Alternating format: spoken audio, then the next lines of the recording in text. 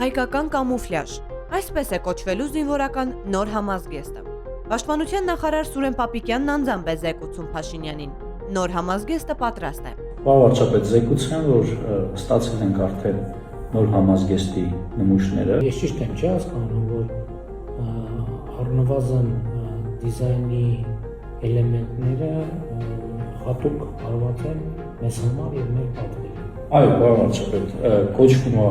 հայկական կամուֆլյաժ։ Զինվորական նոր համազգեստի նմուշներն առաջինը Փաշինյանին են ցուցադրում։ Ասում են, կարված է Հայաստանի կլիմային համապատասխան՝ շապիկ, հուդի, տակտիկական կոշիկներ։ Սուրբ եղանակի համազգեստ, որը իրենից ներկայացնում է երրորդ շերտի տակ վերնազգեստ,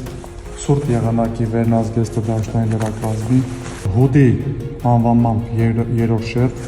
երկրորդ շերտ տակ անդրավարտիկ, առաջին շերտ տակ անդրավարտիկ եւ շապիկ համարը։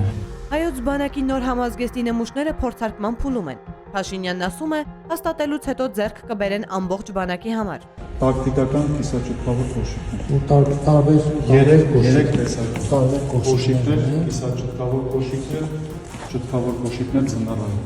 Եվ այս մեկը Տակտիկական կոշիկներ։ Ու թեև ասում է կամուֆլյաժը հայկական է, հատկապես դիզայնը, բայց Պապիկյանը դեռ 2023-ից էր հայտարարում։ Բանակի նոր համազգեստը լինելու է ՆԱՏՕ-ի չափանիշներին համապատասխան։